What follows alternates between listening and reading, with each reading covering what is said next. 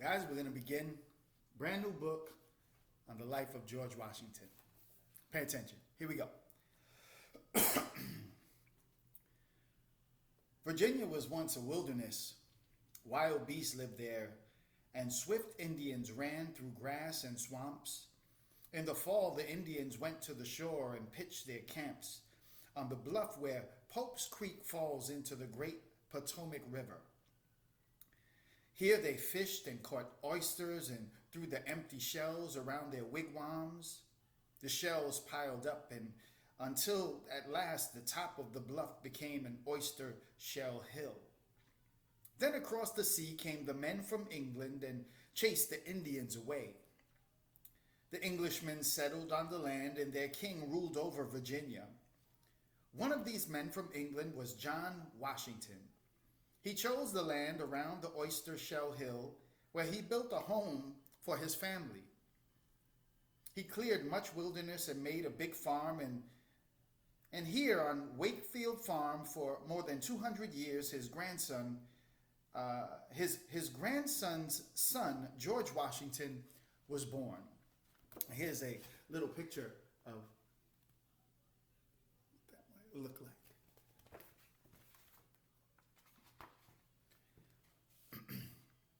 He was born in a little red brick house that his father built on the oyster shell hill.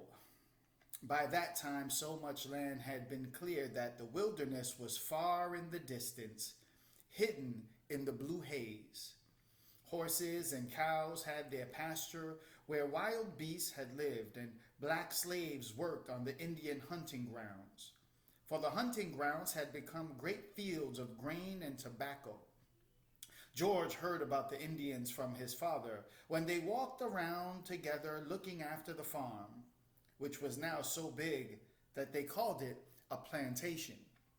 And he learned that all the family were both fed and dressed by the crops that grew in the fields.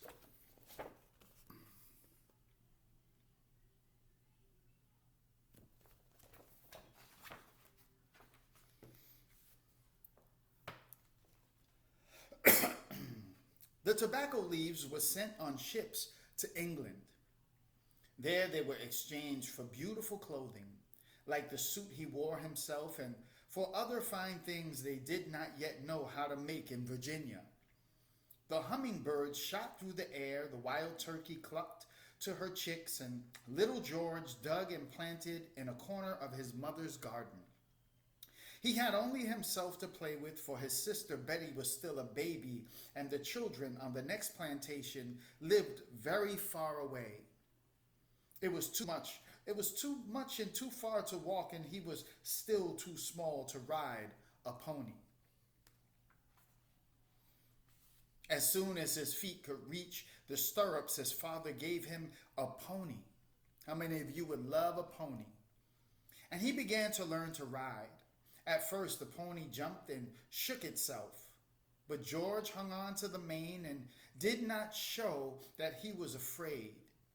When it says he hung on to the mane is that hairy part of the horse, and he grabbed that part of the horse. So it was not long before he could sit firmly in the saddle and hold the bridle right. Then he and the pony were friends, and he rode with his mother and his father to visit the neighboring plantations. By this time, too, the Washington family had left the Oyster Shell Hill. They were living on Mount Vernon, another plantation his father owned, higher up on the great Potomac River. And now George had some little brothers to play with and to look after. And here's a picture of him riding on that pony.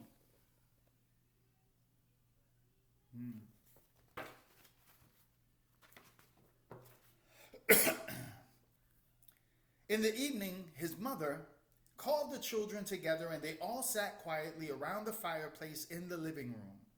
She told them stories from the Holy Bible, and on the shiny tiles of the fireplace there were painted pictures of the stories that she told.